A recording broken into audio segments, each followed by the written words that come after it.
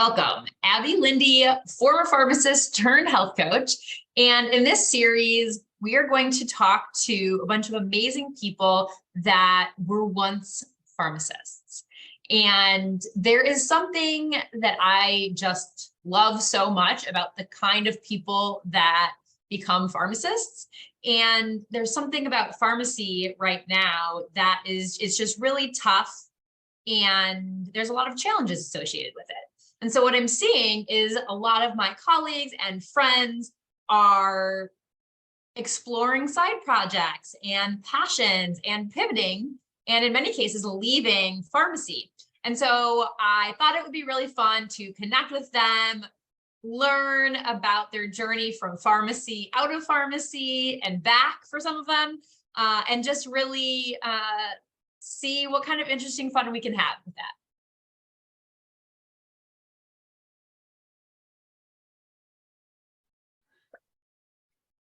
Okay, I'm very excited for today. We have one of our former residents, employees, and also now like a mentor of mine, which is kind of a funny transition, with us today.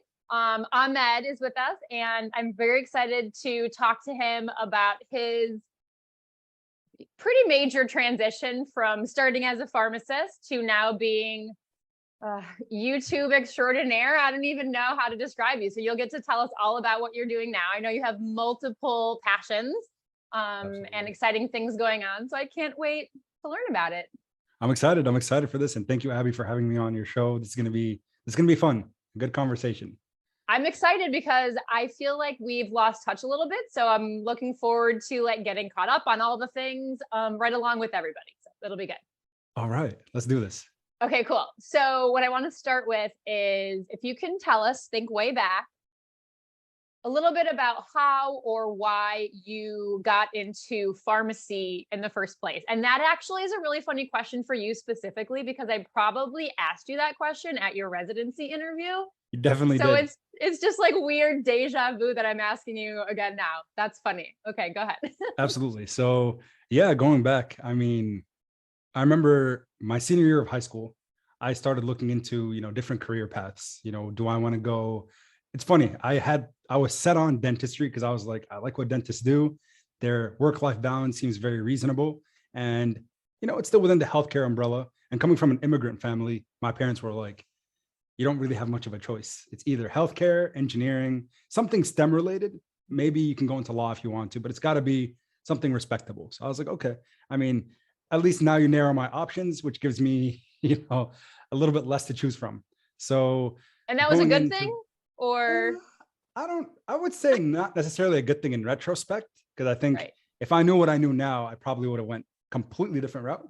But regardless, I'm very grateful for the fact that I had very little to select from, because I ended up where I am today because of it. So yeah, just going back again, senior year, I was dead on set for dentistry. And I was like, you know what? I'm going to start shadowing some dentists, do the thing. And shortly after, I realized what a dentist actually does is sit down on a chair and work on people's teeth. And they see things that I didn't expect they were seeing until I shadowed. I was like, oh, that's kind of gruesome. And it's a lot. So yeah, I realized it wasn't for me. And then I looked for the next best thing, which was pharmacy, and shadowed some pharmacists at some big stores like Walgreens, and a little bit of some of the mom and pops that were around. So things like there was CarePro Pharmacy, New Cara was another one, and Towncrest. So I got some exposure. That's a big one. Yeah. So some exposure to some independent and community pharmacies. So it was, I really liked what they were doing. I liked the fact that they were so well integrated within the community, as well as, they're still using their science and math backgrounds and their strengths. So for that, it just became pretty easy to kind of say, you know what, I'm going to set on this pharmacy route. And I did from that point forward. So as you think back to that time, so you went to pharmacy school, you did a residency at our pharmacy, and then you became a pharmacist. What are some things that you liked about pharmacy? And maybe just to tie into that, is there anything you miss about pharmacy? It's funny because, I've been saying this probably since I've stepped away from being a pharmacist, end of 2021, November, October. So it's been over a year and a half now. And every time I think about it, I'm like, I do miss the patient interactions. And it was very limited being in the retail setting. You know, you still have to focus on other things, prescription volume and things of that nature to make sure the business is still operating and running. So, but that was one big aspect. And also the coaching side of things, the one-on-ones, and also some of the classes we were running over in Beaver Dam that were pretty amazing, actually, like the diabetes prevention program, a lot of those things, even med reviews with patients.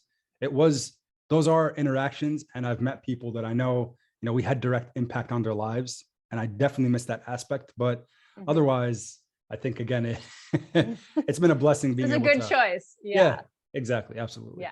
So, okay. So then to transition to, okay, so what I want to do now is jump to now, and then we'll maybe talk about the transition. Okay. So you're not practicing as a pharmacist now at all? I'm not at all. Okay. I wish I was. I still have my license. I'm a licensed I was just going to say that. Okay. Yeah. So I finished all my CEs and everything, but from actual practice, I currently am not doing any whatsoever. So what are you doing? Yeah. So right now I'm kind of a jack of all trades, you could kind of say. So I'm still doing, so I am what you would consider a full-time YouTube partner. So I basically to replace, so as a pharmacist, you know, you're making a reasonable salary. I'll be transparent, around $55 an hour is what I was making as a pharmacist. You know, starter six-figure salary. It's paying for everything I wanted at the time. So now for me to transition out, there had to be some type of like sensible income replacement. Yes. So with that being said, at the time when I was a pharmacist, my last year of pharmacy, or working as a pharmacist, I started also creating these YouTube videos and making my presence online on social media. And so I remember, I honestly remember like it was yesterday. Summer of 21 was the first month where I made more on YouTube and everything compared to my 9-to-5 pharmacy position. And so at that time, I was like, if I can maintain this for the next, I was like, where is this actually going if I'm only doing it 2 to 3 hours a day on average?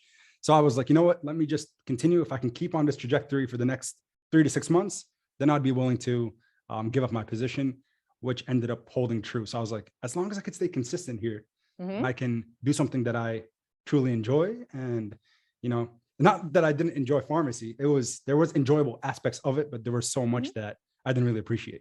So with that being said, going back to your question, so full-time YouTuber, also do consulting. So within the YouTube umbrella, I focus a lot on cryptocurrency, and the market has been kind of meh, like since beginning of 2022, but it still presented a lot of opportunities from a marketing standpoint and working with different brands, companies.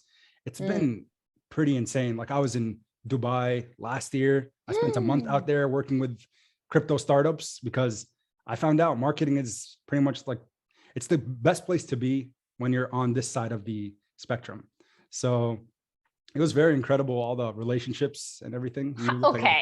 You just dropped that you were in Dubai for a month, like it was not a big deal. How does one go about, like, how does that happen? Yeah. Like people just call you and they say, hey, will you come to Dubai and like consult with us? Kind of like, so there was a crypto expo that was there in March of 2022. And I was like, this is an opportunity. And I was only going there for 7 days. I booked my flight. It was my wife and I, we flew out together, and we thought, cause it's an expensive place to be. I was like, I can't really afford to like stay here, you know, for an extended period of time. But while I was there, just networking at this crypto conference, they were like, hey, you're Yourpop, you're the guy from YouTube. And I was like, yeah. They're like, do you mind if we have a meeting? And then I met with one, which led to another meeting. And it was like, okay, do you mind extending your stay for another week? I was like, that's kind of expensive. They're like, what if we pay for everything? And I was like, oh yeah, then maybe. So one week turned into two turned into 4. And thankfully it was a cool experience. Yeah, that's really cool that you had the flexibility to be able to do that too. Yeah, because if I was working, right, a 9-to-5, taking vacation time, it would have been impossible. And the greatest part of all this is, again, being a YouTube partner, being a full-time YouTuber, I was working from Dubai every morning. I wake up, just flip the schedule a little bit. Yeah, you could do your regular daily stuff that you had to do to kind of keep that side of the business going. Exactly. And then you could consult. That's super cool. It's funny. So I just did one of these episodes with Amina. You know Amina. She is doing tours, like travel planning now. Oh, really? And Dubai is one of the locations that she's doing. So far we've got a Dubai thread. So we'll see if that keeps going through all the It's I'm actually getting more and more like bullish and excited about Dubai as like a potential residence almost. So oh my yeah, gosh. but I don't know. It's hard to convince, the people around you, your team, Yeah. your friends, your family, Yeah. because it's a big move, but I don't know, maybe down the stretch, 5-year Yeah. plan. Well, Amina knows things about Dubai. So if you want to chat with her about it, maybe you guys Awesome. can connect. Definitely. Cool. Okay. So you're doing your YouTube business, you're doing consulting. Yep. Crypto Anything consulting. else? Yes. Did we get them all? Did we get all the things? A couple other things. So Okay. also Yeah. real estate. My wife and my wife became a licensed realtor over the last probably 6 months now. And we started buying properties just as rental, investment properties, that kind of thing. And that's kind of our big focus for 2023 as the market is starting to correct. Things are getting a little cheaper, getting in there. And one last thing that we're doing is we just obtained territory to start franchising. We're going to franchise 5 restaurants. Ooh. So that's our big, like, I guess maybe that's priority compared to like the real estate stuff. So Sure. You can't move to Dubai until you get those going, huh? at least one of them. But Okay. the best thing with franchising is you have a director of operations. So that's kind of like in pharmacy when you have your pharmacist in charge and they're just there overseeing everything. You just kind of make sure that if there's any fires, you can maybe help put those out. So, Totally. Yeah. Okay, cool. That's exciting. Okay, so my question for you is, do you feel like there is anything you learned either in pharmacy school or practicing as a pharmacist that you use now in any of those businesses and ventures? Absolutely. So being in front of a camera and talking to, an audience of on average, probably 10 to 20,000 people on a daily basis, like you have to have some type of comfort to speak to someone and having like direct communication skills. And also during consulting, like negotiations, I had zero negotiation experience prior, but I think even working as a community pharmacist and, working as a manager, hiring different technicians, hearing them negotiate like, well, you're offering me this, but I want this. So I'm like, okay, we can probably work with that. So understanding that side of things, I know that helped. And also like business acumen. So working under Abby, at Hometown, I remember really coming in with not much experience in that realm. Because before I was working at Walmart as a pharmacy student. So with that being said, like there was not much business to be learned there. But for independent, you got to make sure your margins, you're looking at different things, inventory, you're looking at front end sales. So understanding kind of like how you sell yourself. I think I learned a lot of that through my time, the couple years I was at Beaver Dam and working under you. So very appreciative. I think that experience was probably the most impactful and profound for my current success. So yay. Thank you. Well, that's good. I'm happy to hear that. Yeah. Absolutely. It's funny because when I think about myself, I do not identify myself as like knowing about business. Yeah. Generally speaking. But then sometimes I'll be talking to other people that like actually don't know anything about owning a business. I've now owned several businesses. And I know some stuff. Absolutely. So I know a few things. So it's just lovely to hear that maybe I was able to help you a little bit. So that's awesome. Like looking back, absolutely. I learned a lot of things to make sure like I'm operating my business correctly from my side, especially I think margins, like that's something that people don't talk about that much maybe, but I was like this, like it really makes you, it helps with decision making when you're trying to do something or starting a new business. So totally. I mean, you can have insane levels of revenue if there's no margin. If your costs are greater than your revenue, doesn't really not so great that you're making so much money. Yeah, and even just awesome. the business model at Hometown specifically, when we looked at like OTC versus prescription medications, because at that point it just came down to volume. So I don't know. I think that like the fact that we were so focused on that specifically, that model of OTC, I'm like, this is something like I need to pay attention to what's going on here. So yeah. Cool. Okay. Yay. Awesome. Okay. So obviously the transition from 9 to 5 pharmacy manager every day, 40 hours a week, to all of these different business owners, social media consultants. Like, that's a big jump.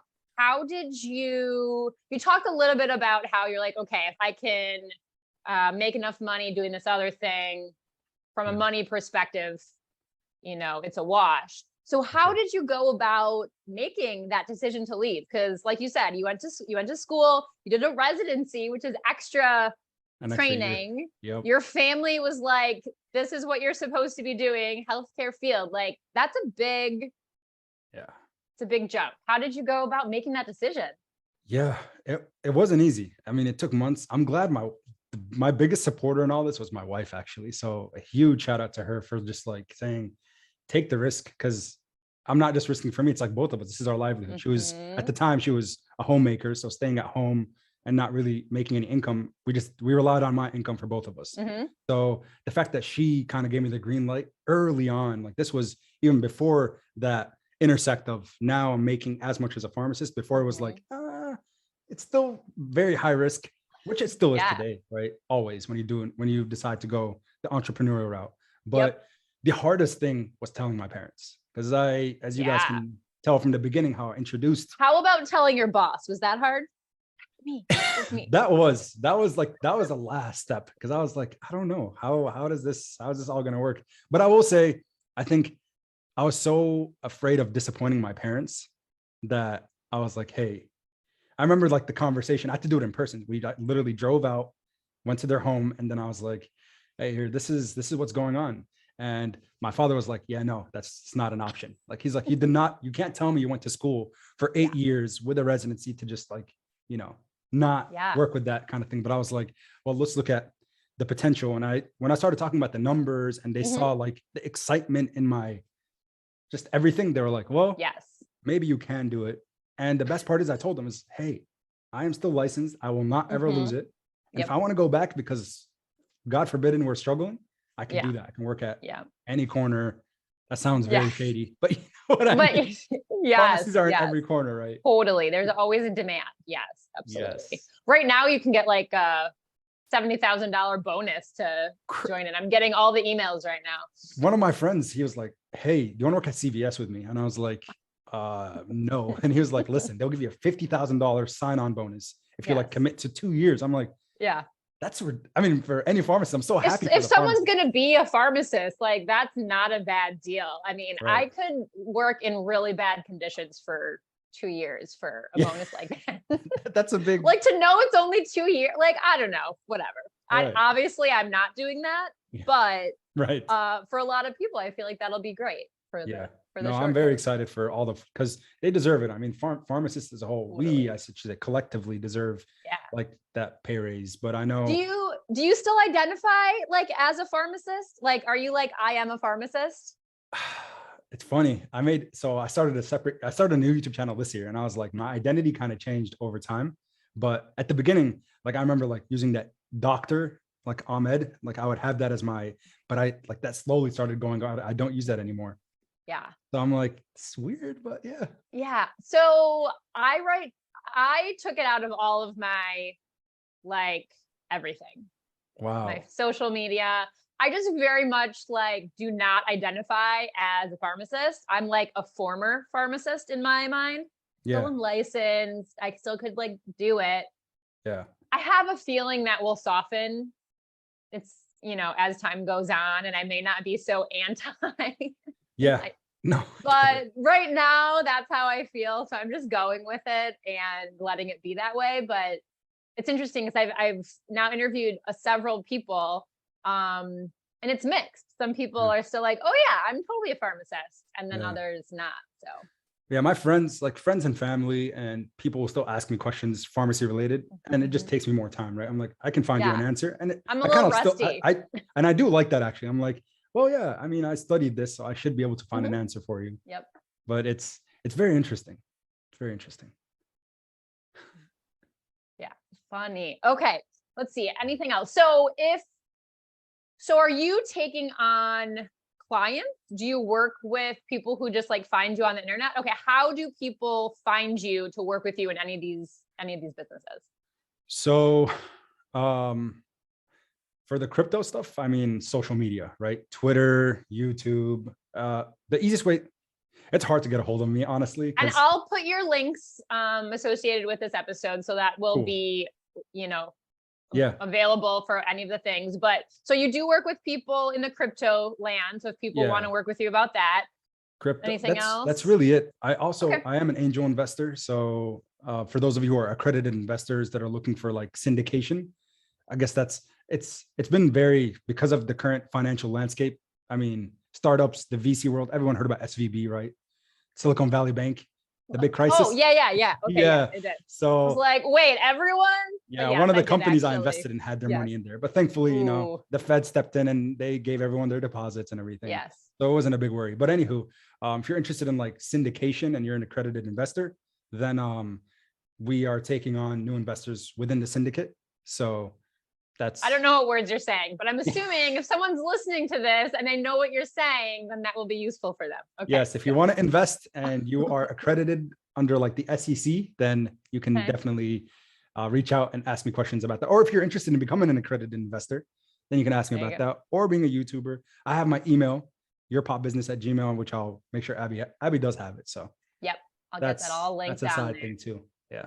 Okay, awesome. Okay, cool. Well, it was so awesome catching up with you. I am just like so excited. As sad as I was when you left our pharmacy, I'm so happy that you are enjoying what you're doing. You're loving it. The passion and like the excitement and the light in your eyes I didn't realize that you didn't really have it anymore when you were working in the pharmacy, but now seeing you after that, like it's really quite clear that you found your path and it's exactly where you're meant to be.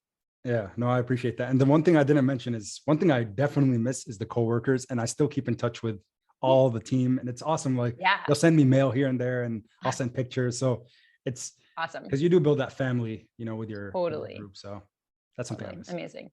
Okay, awesome. Well, thank you so much, and have a good day. Yeah, you too. Thanks, Abby. It was so amazing catching up with Ahmed and getting to hear about how he's transitioned and grown and doing all these amazing things. I have to say, Ahmed was an inspiration for me. One of the reasons probably why I felt confident and capable and safe to leave my position in the typical pharmacy world and venture out as a health coach, willpower coach, doing what I absolutely love, helping people get behavior change around food and movement so that they can lose weight, feel amazing without feeling restricted or cravings or having to willpower it all the time. And I so appreciate that he kind of paved the way for me. I'm so happy to see him happy and that he was able to inspire me. So make sure you check out all of his links, his YouTube pages, all of his stuff. And make sure you grab the freebie that I offer, how to dissolve cravings with ease, not with force. And please like and subscribe.